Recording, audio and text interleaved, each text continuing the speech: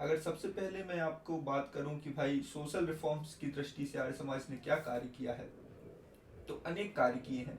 एक एक करके संक्षिप्त में मैं आपके सामने वो रखता हूँ। यूँ तो एक एक टॉपिक पर हजारों कहानियाँ हैं, बहुत लंबी वीडियो भी बन सकती है, लेकिन शॉर्ट में मैं रखने का प्रयास करता हूँ।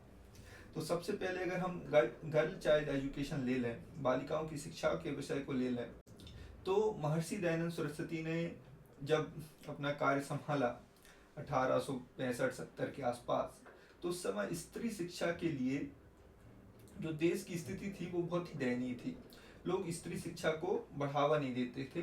अब किस वजह से एक क्रूति आई वो आज का विषय नहीं है, लेकिन मैं बताऊं तो पंडिता रमाबाई कहती हैं कि उस समय की स्थिति जो थी कि 99 out of 100 educated man are do not believe in women education और गर्ल चाइल्ड एजुकेशन। मतलब पढ़े लिखे पुरुषों की भी स्थिति थी कि वो महिलाओं की शिक्षा को या बच्चियों की शिक्षाओं को जरूरी नहीं समझते थे। कुछ तो पाप समझते होंगे, और जो पाप नहीं समझते होंगे तो वो जरूरी नहीं समझते होंगे, वो कहते होंगे कि भाई क्या करना है, घर पे ही तो रहना है, रोटी तो बनानी है। इस प्रकार की स्थिति समाज में मौजूद थी। और भी सोशल रिफॉर्मर्स हुए, राजा राम मोहन राय हुए, केशव चंद्र सेन हुए, अलग अलग सोशल रिफॉर्मर्स हुए, लेकिन उनमें और महर्षि दयानंद में एक छोटा सा अंतर ये था कि जो दूसरे रिफॉर्मर हुए वो अंग्रेजों को देखकर, उनकी शिक्षा पद्धति, उनके कल्चर, उनको देखकर उनसे प्रभावित होकर समाज में बदलाव लाने की कोशिश कर रहे थे। लेकिन महर्षि दयानंद सरस्वती ने अपनी संस्कृति को आधार बनाया है समाज में कुरीतियों को मिटाने के लिए। जो लोगों ने भ्रम फैलाए हुआ था कि हमारे वेदों में, हमारे शास्त्रों में, हमारे पुराणों में ऐसी ऐसी बात है इसलिए हम लोग ये करते हैं, तो उन्हीं को आधार बनाकर, वेदों को ही आधार बनाकर, क्योंकि सनातन धर्म के जो मूल ग्रंथ हैं वो वेद हैं, तो वेद को ही आधार बनाकर महर्षि दयानंद सरस्वती ने इन सब कृतियों पर कुठाराघात किया है, मैं ऐसा कह सकता हूँ।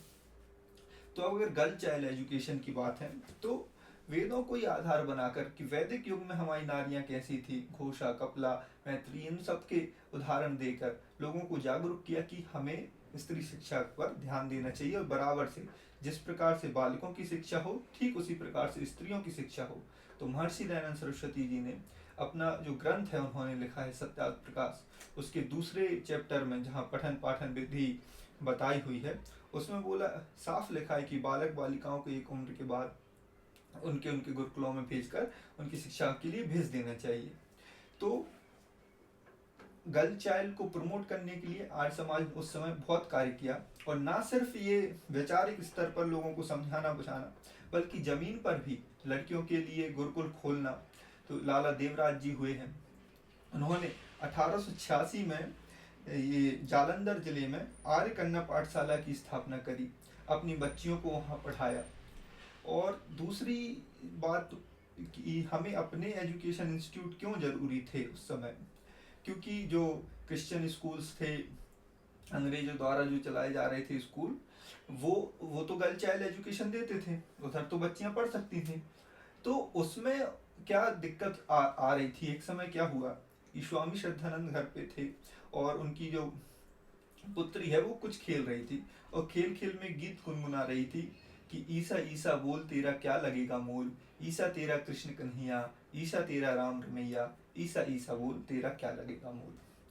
तो उस समय स्वामी श्रद्धानंद सरस्वती जी ने ये बात पहचानी कि ये शिक्षा के नाम पर कुछ और भी कार्य इन स्कूलों में हो रहा है, चाहे वो धीरे धीरे अपने ईसाई धर्म की शिक्षा बच्चों को देना और अपने हिंदू धर्म से या सनातन धर्म से उनको धीरे धीरे अलग करना, ये सारे कार्य भी उन स्कूलों में चल रहे थे। तो इस दृष्टि से भी हमारे स्कूल होने की बहुत आवश्यकता थी। तो उसी श्रृंखला में फिर लाला लाजपत राय हुए, पंडित लेखराम हुए, लाला हंसराज हुए, तो उन्होंने डीएवी स्कूलों की स्थापना करी। आप जानते होंगे दयानंद एंग्लो वैदिक स्कूल आज देश में बहुत जगह हैं, तो उनका भी स्थापना की गई। उसका उद्देश्य ये रहा कि भाई जो अंग्रेजी शिक्षा देना चाहते हैं लेकिन संस्कृति, भारतीय संस्कृति का पाठ वहाँ पढ़ाया जाए, तो इसलिए डीएवी स्कूलों की स्थापना करी गई, जो पढ़ाई तो अंग्रेजी कराते थे लेकिन अपने संस्कार, जिसमें कि कहीं कोई क्रिश्चियन स्कूल या मिशनरी उनका उनका ब्रेन वॉश ना कर सके। इस दृष्टि से भी डीएवी स्कूल की स्थापना करी गई। और भगत सिंह हों, सुखदेव हों, राजगुरु हों, ये सब उसी स्कूलों की उपज है, मैं ऐसा कह सकता हूँ आपको। तो इस दृष्टि में एजुकेशन की फील्ड में आर्य समाज ने एक व्यापक कार्य किया, आज भी कर रहा है। और ये तो नॉर्मल एजुकेशन की बात हो गई है। और आज की हम समय में देखते हैं कि नॉर्मल एजुकेशन जो है वो सब लोग अपनी बच्चियों को देते हैं। कहीं बहुत कम ऐसे कोई क्षेत्र होंगे जहाँ आज भी बच्चियों की शिक्षा को ना मतलब ऐसा समझा जाता हो कि यार इनको क्या क्या पढ़ाना है या वो सब। लेकिन आज भी आप जब ये धार्मिक शिक्षा की बात आती है, वेदों की पढ़ने की बात आती है, गायत्री मंत्र बोलने की बात आती है, तो आज भी आपको देखना रूढ़िवादी लोग मिल जाएंगे। चाहे अपने बागेश्वर धाम ले लो या कोई भी बड़े बड़े आचार्य ले लो, शंकराचार्य ले लो, वो भी आज भी वो कहते हैं कि भाई स्त्रियों को वेद पढ़ने का अधिकार नहीं है, इनको गायत्री मंत्र बोलने का अधिकार नहीं है, और कुछ भी अपने बिना सिर पैर के लॉजिक उसमें देते रहेंगे। तो जब ये आज की ऐसी स्थिति है तो उस समय क्या स्थिति रही होगी, ये हमें सोचना चाहिए।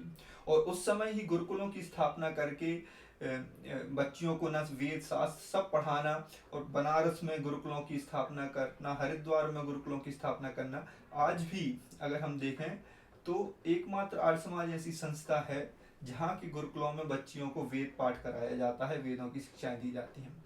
आज भी दूसरे गुरुकुलों में यूँ तो बहुत कम है बच्चियों के गुरुकुल, अगर हैं भी तो उधर पर कथा वगैरह सिखाई जाएगी, वेद पाठ आज भी नहीं कराया जाता। तो इस दृष्टि से भी आर्य समाज ने बहुत कार्य किया।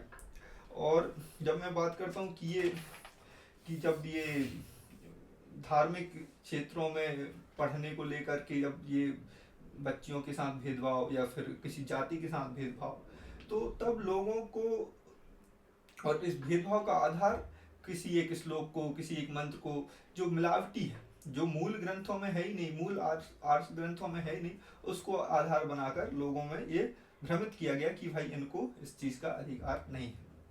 जैसे कोई एक श्लोक कर दिया गया कि स्त्री शूद्रो नाधीयताम इति श्रुते, तो महर्षि दयानंद पूछते हैं कि भाई ये कहाँ से श्लोक लिया है, किस आर्ष ग्रंथ का श्लोक है, मुझे प्रमाण दो। तो सब चुप, कौन इसका उत्तर दे। वहीं उसी समय महर्षि दयानंद सरस्वती वेदों को आधार बनाकर बोलते हैं कि ये जो वेद है, ईश्वर स्वयं कह रहा है कि यथेमाम वाचम कल्याणी माँ वदानी जनेभ्या ब्रह्म राजन्नभ्याम शूद्राय च आर्याय च स्वाय चारणाय। यजुर्वेद 26:2 का ये मंत्र है, जहाँ ईश्वर कह रहा है मैंने ये कल्याणकारी वेदवाणी सबके लिए बनाई है, चाहे राजा हो, चाहे ब्राह्मण हो, चाहे शूद्र हो, क्षत्रिय हो, कोई भी हो, ये सबके लिए है, स्त्री पुरुष सबके लिए है। तो एक तरफ मन की बात है, मन के श्लोक, और दूसरी तरफ वैदिक प्रमाण के साथ महर्षि दयानंद सरस्वती ने बात करी कि हमारी संस्कृति में किसी के साथ कोई भेदभाव नहीं है, न शिक्षा को लेकर न किसी और चीज को लेकर। तो स्त्री शिक्षा के लिए मैंने आपको बताया पॉइंट में। अब एक और उस समय बहुत व्यापक रूप से कुप्रथा चलती थी, अभी भी कहीं कहीं आप उनको देख, कहीं कहीं अभी भी उसके पालन होता है उस कुप्रथा का। वो था कि बच्चों का जल्दी विवाह कर देना या बच्चों का विवाह कर देना। कई बार तो ऐसा होता था कि बच्चा पैदा नहीं हुआ है और पेट में ही बच्चे हैं, तो ऐसा तय हो गया कि अगर मेरी लड़की होगी तेरा लड़का हो गया, तेरी लड़की होगी मेरा लड़का होगा, तो हम इनकी शादी कर लेंगे। और अगर कोई एक मर गया तय होने के बाद, शादी होने से पहले ही बीच में ही किसी का पति मर गया, तो वो उस समय से विधवा हो जाती थी।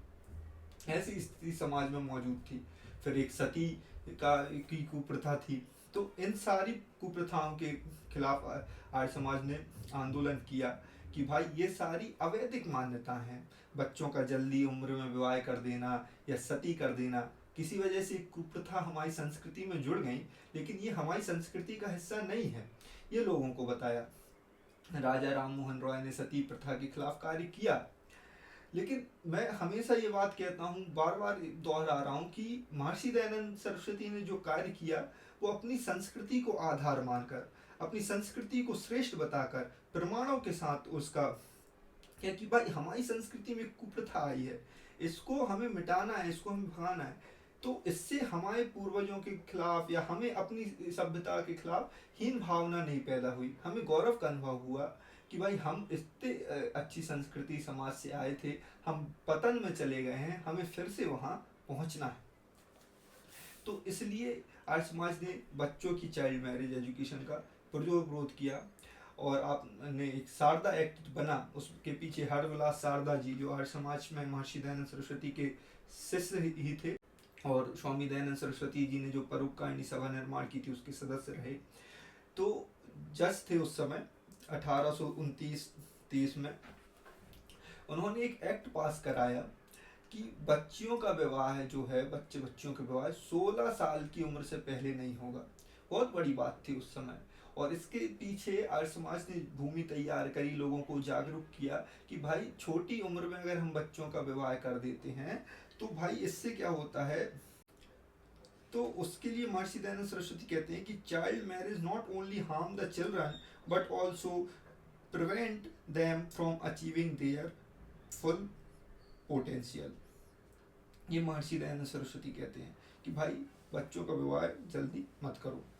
एक तो बच्चों का विवाह जल्दी मत करो, ठीक है। दूसरा, बेमेल विवाह होते थे। बेमेल विवाह मतलब किसी बहुत बूढ़े व्यक्ति का, 60-70 साल का वो व्यक्ति है, 22-23 साल की लड़की से उसकी शादी कर दी या ऐसा, अब वो मर गया तो फिर वो विधवा हो गई, सारी जीवन या तो उसे विधवा करना है या तो सती करने के लिए बाध्य कर देना है। तो इस प्रकार की कुप्रथाएं उस समय चलती थी। तो बेमेल विवाह ना हो, सती प्रथा बंद हो। ऊपर से जब विधवा स्त्री का पुनर्विवाह, उस समय हिंदुओं में पुनर्विवाह की वो बात नहीं होती थी, पुनर्विवाह नहीं होते थे। लेकिन महर्षि दयानंद सरस्वती ने कहा कि जो छोटी उम्र में बालिकाएं विधवा हो जा रही हैं तो इनका पुनर्विवाह होना चाहिए। और आर्य समाजियों ने, कई ने अपने बच्चों के किसी विधवा से शादी कराई और किसी ने, किसी की विधवा पुत्री थी तो उसने उसकी शादी कराई। ऐसे ये आंदोलन चलाया गया कि भाई पुनर्विवाह होने चाहिए, क्योंकि अगर छोटी, अब क्योंकि बहुत छोटे में शादी तय हो गई, वो मैंने केस बताया कि शादी हुई भी नहीं है क्योंकि वचन हो गया था, उस आधार पे उसको फिर बना देना। और फिर एक कुप्रथा चलती थी देवदासी की कि भाई अब वो विधवा हो गई तो देवदासी बना दो, उधर महंतों की इनकी उनकी सेवा करते रहो। तो इस प्रकार से भी बहुत कुप्रथाएं थी। तो इन सबको तोड़ने का कार्य आर्य समाज ने उस समय